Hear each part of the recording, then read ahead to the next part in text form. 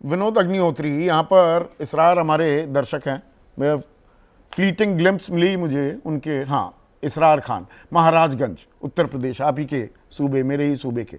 जिस तरह से वक्फ बोर्ड को सेकुलर बनाया जा रहा है, क्या राम मंदिर ट्रस्ट को भी सेकुलर बनाया जाएगा? ये सवाल तो अभी आपने ही उठाया था, तमाम सारे उदाहरण दिए। मैंने आज भी एक जगह बहस में बात कही कि ये बहस हम आगे जाएगी। अगर आप वक्फ बोर्ड में एक्सपर्ट के नाम पर 2 गैर मुस्लिम प्रतिनिधि लाते हैं तो फिर एसजीपीसी में क्या करेंगे आप?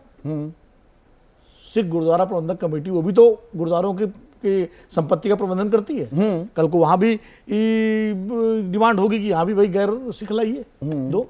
फिर आप जो तमाम सारे ट्रस्ट हैं, तिरुपति देवस्थानम ट्रस्ट है या और जितने ट्रस्ट हैं, और राम मंदिर का तो उदाहरण नहीं, यहाँ पर थोड़ी शरारत भी की है, पर वो राजनीतिक, देखिए जब एक नैरेटिव गढ़ा जाता है, जो इमरान मसूद कह रहे हैं कि मैं तो राम जी का वंशज हूं, तो मंदिर ट्रस्ट में मुझे भी शामिल करो, ऐसा कानून ला दो तो ये कानून भी बना लो। ये तो भाई भागवत जी ने कहा कि सारे राम जी के वंशज हाँ, तो मैं ये कह रहा हूँ, देखिए ये राजनीतिक मासूमियत तो नहीं है, इसमें शरारत भी नहीं, ये पर इसमें राजनीतिक परिपक्वता भी थोड़ी दिखती है। हाँ। ये एक ऐसा अपने आप में एक जाल बुना जा रहा है। इमरान मसूद ने जो कहा उसका काट हमारे महेश भाई कैसे करेंगे? हाँ। क्योंकि ये तो संघ प्रमुख कह चुके हैं कि सब राम जी के वंशज हैं, तो राम जी के वंशज हैं तो राम जी के मंदिर में उनको भी जगह दें। तो भाई उनका ये कहना है शरारत, लेकिन राजनीतिक शरारत है। तो मुझे लगता है, देखिए बाकी चीजें ठीक है, नियमन के लिए आप चीजें बदल रहे हैं, कई चीजें ला रहे हैं, ठीक कर रहे हैं, वो अलग, जब उसका इम्प्लीमेंटेशन होगा तब उसके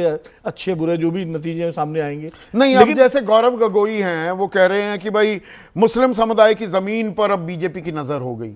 अब ये भी stretching the logic a bit too far, जब सरकार कहती है 2025 आज जिसकी जो जमीन है वो हम अपने पास नहीं लेने वाले 2025 का रिट्रोस्पेक्टिव नहीं है ना ये। नहीं, पर उसके अंदर कुछ पेंच दिए हुए हैं आपको, 5 साल आप लगातार आपने इस्लाम की इबादत की है। अब ये कैसे बताएगा कोई मुसलमान कि मैंने इस्लाम की इबादत की है 5 साल? नहीं, इस्लाम की प्रैक्टिस की बात उसमें है। कैसे पता लगेगा? मैं आप नमाज पढ़ते हो, क्यों? आप रोजा मैं हिंदू हूं, मैं मंदिर नहीं जाता तो मैं हिंदू नहीं रह गया।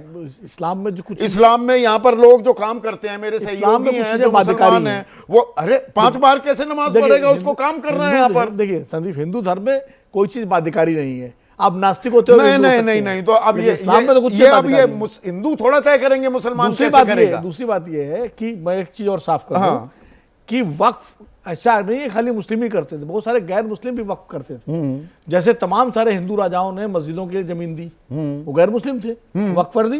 कब्रिस्तान के लिए जमीन दी हिंदू शासकों ने, जमींदारों ने, तालुकेदारों ने। आप देखिए अवध में जाइए, हमारे तमाम इलाकों में, तो वो भी करते थे। और इसलिए अब इसको, हालांकि 2025 के पहले की सारी चीजें हैं तो उसको टच नहीं करेंगे। यहाँ पर ऐसा बताने की कोशिश की जा रही है कि आपका मकान है और माशाल्लाह बड़ा खूबसूरत सा मकान है, कि कोई आके कह देगा ये वक्फ की जमीन है और आपसे कब्जा सकता है। ऐसा है क्या?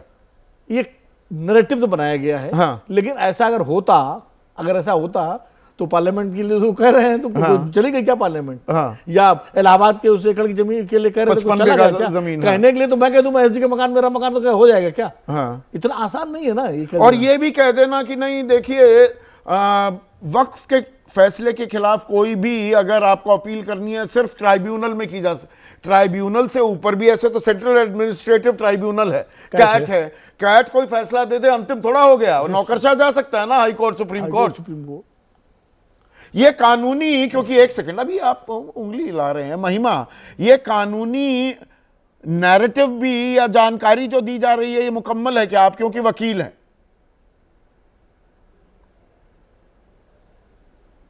देखिए कानून का तो इन्होंने उल्लंघन भी किया है और मैं कहूंगी अवमानना भी कर रहे हैं, क्योंकि जुडिशरी ने वक्फ बाय यूजर का भी उसमें प्रावधान किया हुआ था। लेकिन जो आप अभी जिस स्पेसिफिक प्रश्न की बात कर रहे हैं, मैं तो ये कहूंगी कि ये सरकार मुकम्मल जानकारी देने में तो विश्वास ही नहीं रखती है। और जितना भी जो कानून के अंदर प्रावधान संशोधन के दायरे में लाया गया है, इसके ऊपर मैं दोबारा वही बात दोहराऊंगी कि चर्चा के बिना मुकम्मल होना असंभव है। चर्चा के बिना मुकम्मल होना असंभव है। Last comment 20 second. आर्टिकल 81 जो है 2013 का जो वक्फ अमेंडमेंट एक्ट है, उसमें आर्टिकल 81 है जिसमें ये कहा जाता है कि जो ट्रिब्यूनल का ऑर्डर है वो अंतिम है, उसका कोई अपील नहीं हो सकता है, उसमें रिट सिर्फ फाइल हो सकती है। हाँ तो हो सकती है ना। नहीं, अपील फाइल करना और रिट फाइल करने में अंतर है। हाँ। रिट आप फाइल उस बात के लिए करेंगे कि कोई गवर्नमेंट लैंड है हाँ और उसमें गवर्नमेंट के खिलाफ आप कोई चीज कर रहे हैं तो उसमें गुंजाइश है, और वो भी आप सुप्रीम कोर्ट में जाके करेंगे, आप किसी हाई कोर्ट में नहीं जा सकते हैं उसके खिलाफ। तो ये एक जो व्यवस्था उसमें दी गई थी वो निहायत ही, जो संविधान है अच्छा, हमारा, सिर्फ यही वो दिक्कत राइट थी टू या लॉ कुछ और? है, हाँ। उसको परमिट नहीं करता है। हमारा जो चलिए। एक फंडामेंटल राइट्स है उसको कहीं ना कहीं ये खत्म कर रहा है। फंडामेंटल राइट्स में अनुच्छेद 25 और 26 भी आता है, मुसलमानों को, अकलियत 41 भी आता को है। बिल्कुल आता है, पर वहां पर जो उनको अधिकार दिए गए हैं फिर सबके लिए सेम अधिकार होंगे क्या? और ये पेंडोरास बॉक्स दरअसल खुल गया है क्या आने वाले दिनों के लिए? आज सीधा सवाल में बस इतना ही।